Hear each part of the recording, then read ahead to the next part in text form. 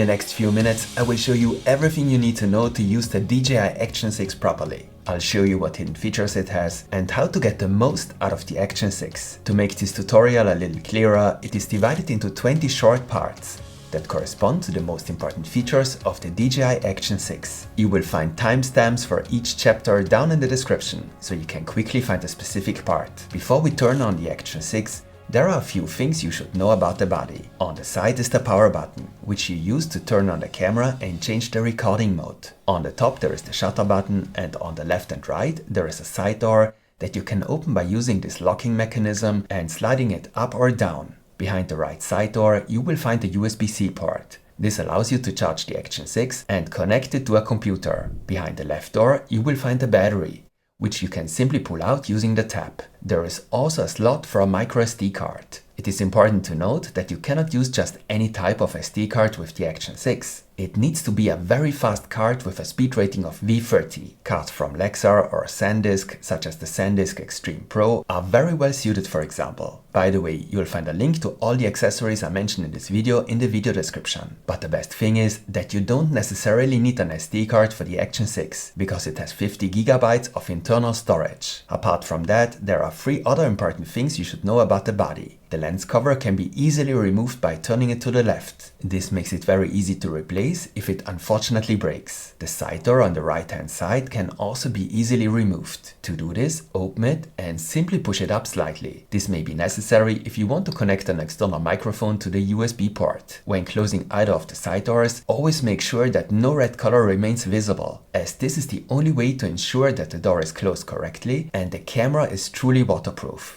And this brings us to the third important piece of information. The Osmo Action 6 is waterproof to a depth of 20 meters without any additional housing. However, you should not forget that a hard impact, for example from jumping into the water, could affect the camera's water resistance. The quick release slots for attaching the camera to the magnetic mount are located on the underside, and the magnetic mount is certainly one of this camera's strengths. In addition to the camera, the package also includes a quick release adapter mount. This adapter mount has 2 fingers on the underside and is therefore compatible with all GoPro or action camera mounts. You can simply place the camera on top and press it in. You just have to make sure that the mount clicks into place on both sides, because only then is the camera securely attached. Once it's locked in, you don't have to worry. The mount holds absolutely securely. To remove it, simply press both sides of the adapter mount together at the same time and the camera can be easily removed. The standard package also includes a curved adhesive base for attaching the Action 6 to a helmet. However, the accessories included in the standard package are by no means sufficient to take full advantage of this camera's potential. You should definitely purchase a range of additional mounts. I always recommend starting with a chest mount for POV shots. You can take much better shots with it than with a helmet mount. And you need a good pole. I use poles from the competition. For example, this 114 cm long pole from Insta360, or this very cool multi-mount that you can bend, which means the pole is barely visible in the shot. For underwater use, you should use a floating hand grip, so you don't lose the Action 6. And a handlebar mount for attaching it to poles of different sizes can also be very useful. When you turn on the Action 6 for the first time, you need to connect it to the DJI Mimo app. You can find it in the iOS App Store or for Android on the DJI homepage. Connect the camera to the app and you can now activate the camera. If there is a new firmware update, the app will notify you and you should install it immediately. This is important because DJI continuously adds new features via updates. One of the strengths of the Action 6 is certainly that you can control it easily and effectively via the app. Once you have connected it, the camera preview image appears and you can adjust all the recording settings. And of course, start and stop recording. The app has a variety of additional features. We'll take a look at the most important ones at the end of the video. But first, I'd like to show you how to operate the camera itself. And what's really cool is that you can operate the Action 6 not only via the rear display, but also via the front display. All of the camera's functions can be operated using the front display. Depending on where you've mounted the Action 6, this can be very useful, but let's take a closer look at how the camera works. Swiping from left to right changes the shooting mode.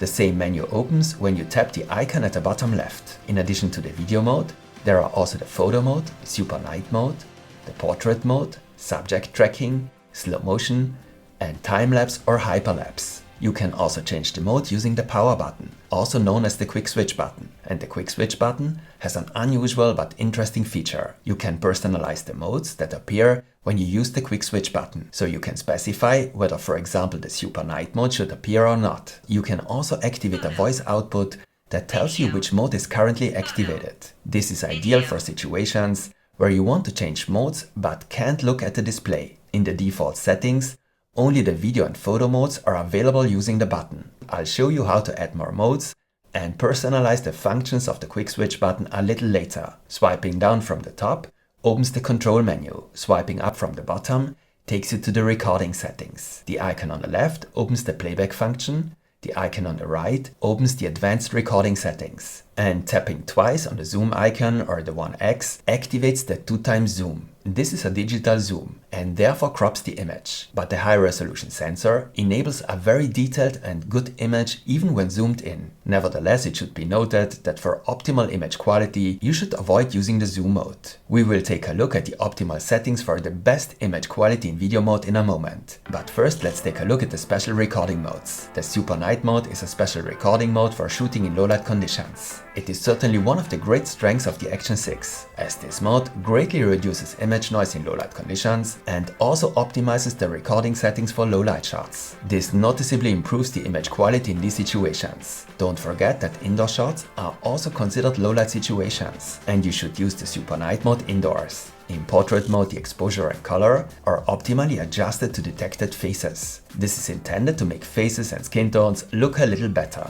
This mode is therefore particularly well suited for vlogging, for example. While certain settings such as high frame rates are not available in portrait mode, only this mode offers the relatively narrow field of view flat, which removes all distortions. The subject tracking mode is also well suited for filming yourself. In this mode, the Action 6 automatically detects a subject, which is then highlighted with a yellow frame. The camera then attempts to automatically keep the subject in the center of the shot. This means you don't have to pay close attention to keeping the subject, for example yourself, perfectly centered at all times. This is achieved by dynamically cropping the shot. For this reason, the feature is only available at a maximum resolution of 2.7K and thus at a lower image quality. But especially for social media, and if you often film yourself, this is a cool feature. In slow motion mode, a slow motion recording is already created in the camera. Since I always edit my recordings, I rarely use this feature. Much more important, in my opinion,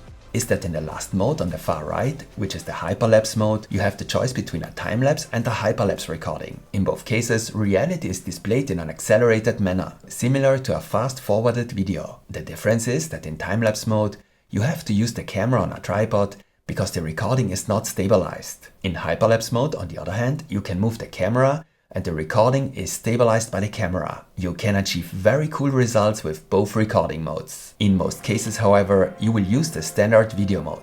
That's why I'm now going to show you which settings you should use in this mode to achieve optimal results. And before we take a closer look at the various recording settings, such as frame rates and resolution, let's talk about a new and interesting feature of the Action 6, the aspect ratio. What's new here is that unlike most other cameras, the Action 6 has a square sensor, which opens up completely new possibilities in connection with the aspect ratio. In the default settings, you take a horizontal shot in landscape mode when you hold the camera normally. When you rotate the camera, it automatically switches to the vertical portrait mode.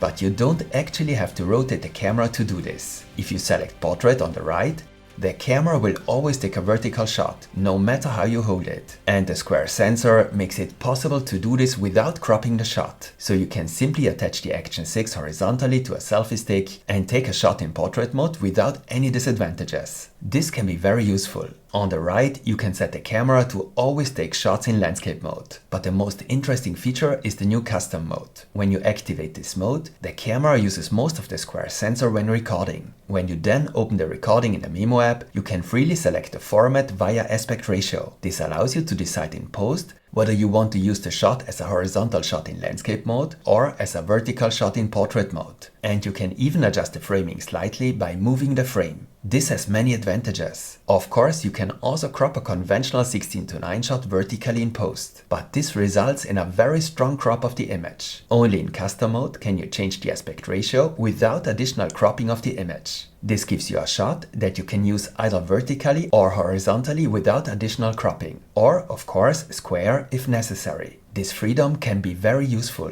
especially for social media, but there are a few things you should know about this mode. As you can see here, the 4 corners are cropped out. If you tap twice on the aspect ratio icon here on the right, the corners will appear and be included in the recording. However, you only really need this if you want to use the recording in a square format at the end, because the corners cannot be used when adjusting the framing. In addition, this option results in a slight crop of the image. You should also know that the custom format does not produce the same wide field of view as, for example, a conventional shot in landscape format. In addition, you basically have to edit every shot in post. Therefore, this function only makes sense if you really need a shot in multiple formats or want to adjust it in post. I took a lot of time with the aspect ratio, because this function is new and a special feature of the Action 6. But let's now take a look at how you should set up your Action 6 to achieve optimal results in video mode. The resolution and frame rate are very important. On the Osmo Action 6, I would generally always recommend the highest resolution of 4K. A typical video recording in landscape mode has a format of 16:9.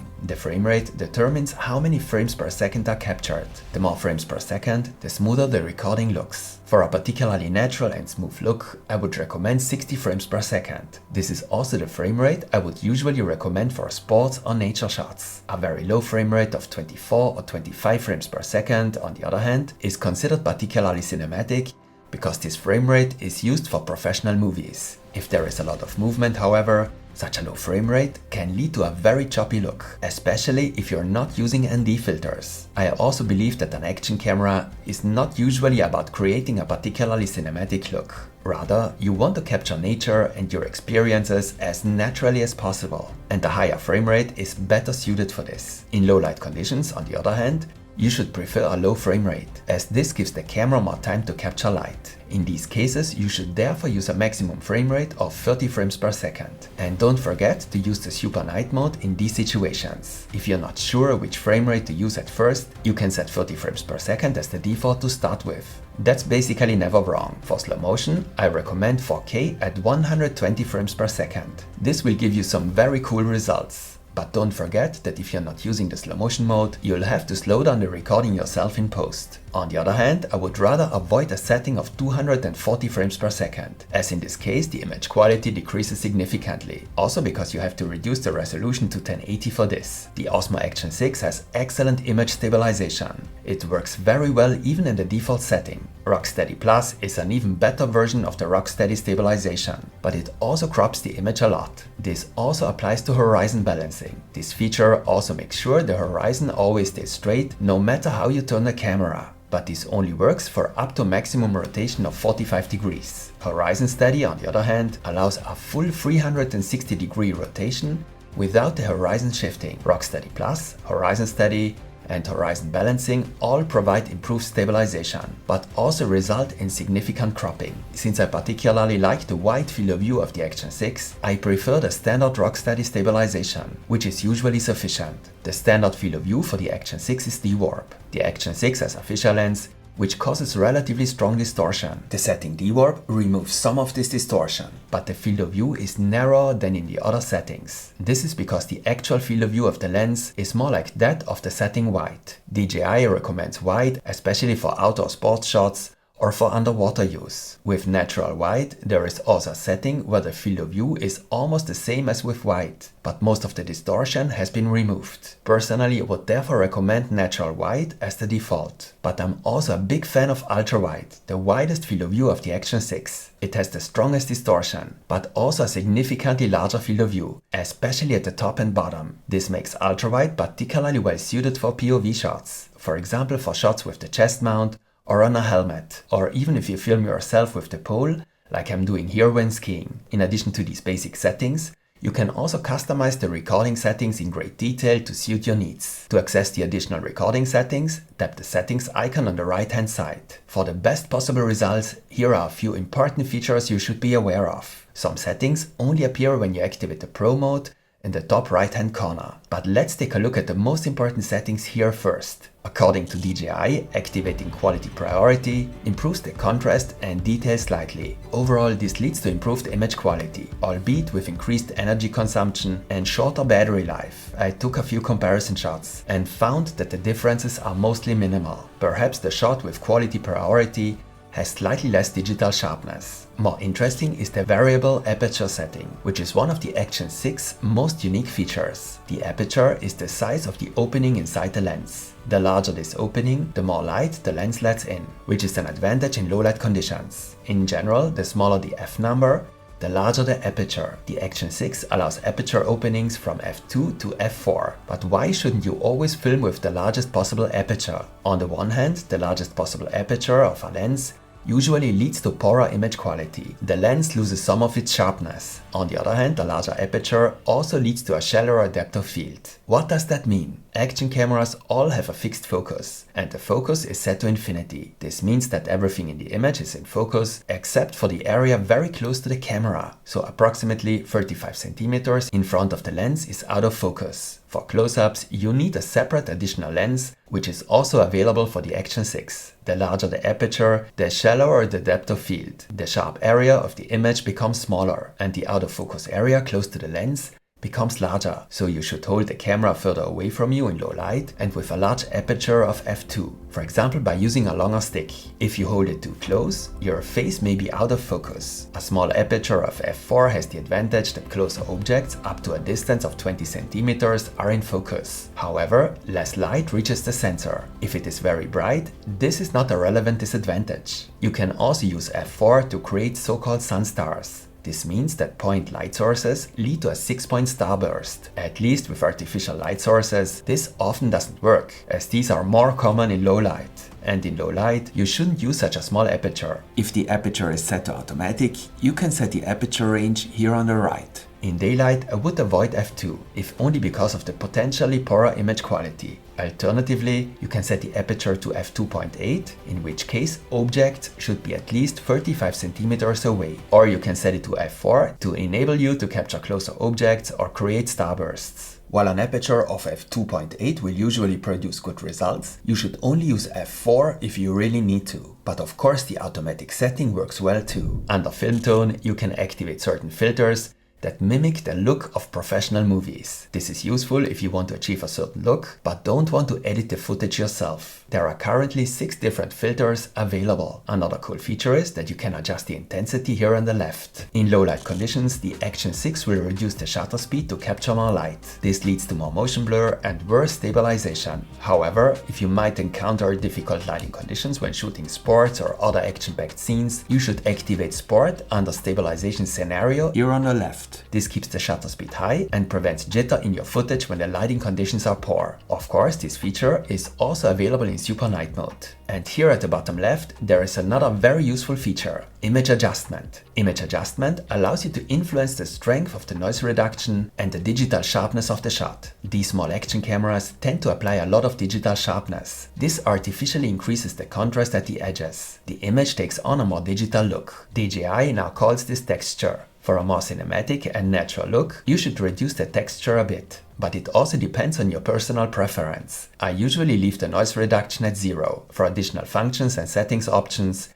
you need to activate the Pro mode. Here, you can even adjust the exposure and white balance completely manually, but I rarely do this on an action camera. It's interesting to note that you can adjust the exposure slightly up or down in the exposure menu in automatic mode. This way, the automatic mode will expose your shot slightly brighter or darker. This can be very useful depending on the situation. For example, to prevent certain areas of the image from being overexposed and appearing too bright. To avoid this, you should correct the exposure slightly downwards. Although it should be said that the Action 6 very rarely leads to overexposed highlights. If on the other hand you want to edit the colors of your shots, you should take a closer look at the color setting. For heavy color grading, it's a great advantage if your recording has a color depth of 10 bits, because in these cases the recordings contain significantly more color gradations. And you should activate the D-Log-M 10-bit color profile if you want to heavily edit the colors of your recordings and create your own look. This is a 10-bit color profile with low contrast and saturation, which is very well suited for color grading. Another advantage is that D-Log-M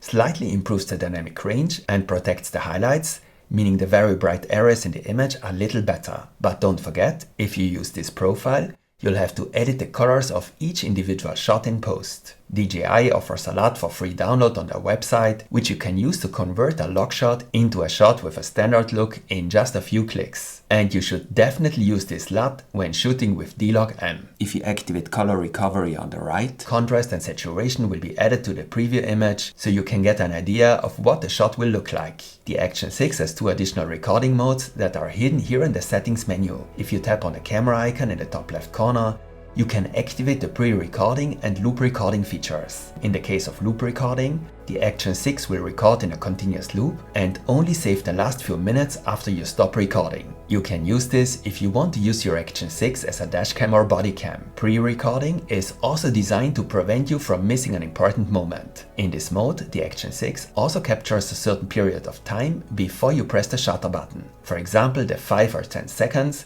before pressing the shutter button. This is useful for fishing, for example. Of course, this is only possible if the camera is recording continuously. This consumes a lot of energy, so only use this mode when you really need it. Now you know almost everything you need to know to take great shots with the Action 6. But there are a few more very interesting settings that can make using the Action 6 easier and better. To do this, we open the control menu. Here you can activate the orientation lock and prevent the camera from accidentally switching to portrait mode, for example if you have set the aspect ratio to default. This is very useful, especially when using the camera on a pole. Here you can activate the screen lock or voice control. The Action 6 recognizes the commands start recording, stop recording, take photo and shut down. This allows you to control the camera from a distance without a remote control. You can also do this with gesture control. If you activate it, you can start or stop recording by raising your hand and opening your palm. You can set whether the front display should show the image in a 16:9 format or whether it should use the entire screen. But I find the first 2 features at the top left particularly interesting. With the first icon, you can create your own preset. To do this, simply tap on the icon with the plus sign and the current camera settings will be saved as a new preset. Your preset will now also be displayed in the menu with the recording modes. As I mentioned, you can also switch modes using the button on the side, called the Quick Switch button. And you can customize the functionality of this button here in this menu. For example, whether there should be voice output or which modes can be accessed with the button. And here you can open the general camera menu. As you can see, this menu also contains a variety of settings options. For example, you can connect a wireless microphone such as the Mic Mini or the Mic 3. And we should take a closer look at that. The advantage of all DJI cameras in combination with a DJI microphone is that you don't need a receiver for good audio quality. The connection is very simple. You turn on a transmitter and activate pairing mode. Now tap on the field of one of the transmitters and the microphone will connect automatically. It's that simple. Apart from that, you can use this menu to adjust the brightness of the screen, set a timer, adjust the volume of the sounds, or set a time code when using multiple cameras. But in my opinion, 3 features here are particularly important and useful for all users. Snapshot is a function that allows you to start recording immediately when the camera is turned off and you press the shutter button. Here you can specify what type of recording you want to take. A recording with the last settings, always a video recording, a hyperlapse recording, and so on. The DJI Action 6 is the only action camera that has a built-in pressure gauge that displays the altitude when hiking or the depth when diving. You can activate this feature here. When diving, you can even set the camera to automatically start recording as soon as you reach a certain depth. And very important, if you want to ensure that the camera stores as much information as possible to guarantee optimal image quality, you should set the bitrate to high here. This is the only way to achieve the best possible image quality with the Action 6, even though you will admittedly often not see any difference compared to a lower bitrate. And the high bitrate also leads to larger files. So if you want to save memory, you can just set the bitrate to standard. As I mentioned at the beginning, the Action 6 has internal storage and you can also use an SD card for additional storage. If you swipe left in the control menu, you can manage your storage. Here you can select which memory your recording should be saved to and you can format both the SD card and the internal memory under storage on the right. There are now several ways to transfer your files. Of course, you can do this directly via the SD card, but you can also connect the camera to your PC via USB-C and thus also transfer recordings from the internal memory. Or you can download your recordings to your smartphone using the Mimo app. And in the Mimo app, I would like to show you 3 very interesting and useful features: an AI editor, the dashboard, and the invisible selfie stick effect. Once you have connected your Action 6 to the Mimo app, you can view your recordings under Album. When you select a recording, you can edit it here, shorten it, change the colors, and so on. 2 features are particularly interesting here. With Dashboard, you can add a range of information to your recordings. For example, the altitude, date and time, and if you use a remote, a Garmin or Apple Health, you can import and display additional sports data. You will need the aforementioned accessories for this, as the Action 6 does not feature internal GPS. And with InvisiStick, you can remove the selfie stick from your recording, albeit with reduced quality. If you select cloud processing here, a quality of 1080 is available. To do this, the recordings must be uploaded, and apart from the reduced quality, this works relatively well. Under Editor, a new project, you can select multiple clips and a full-featured editing tool is available to you. If you don't feel like putting your recordings together into a video yourself, you can use the AI editor. It's called One Tap Edit. You select a few clips, tap Next, and the app creates a clip with music and effects, fully automatically. Below you can select a template or change the music and text. An absolutely cool feature. Give it a try. I think you now know everything you need to get the most out of this camera. Give me a like as feedback if you found the video interesting. There will be more videos on the Action 6, so stay tuned and see you next time.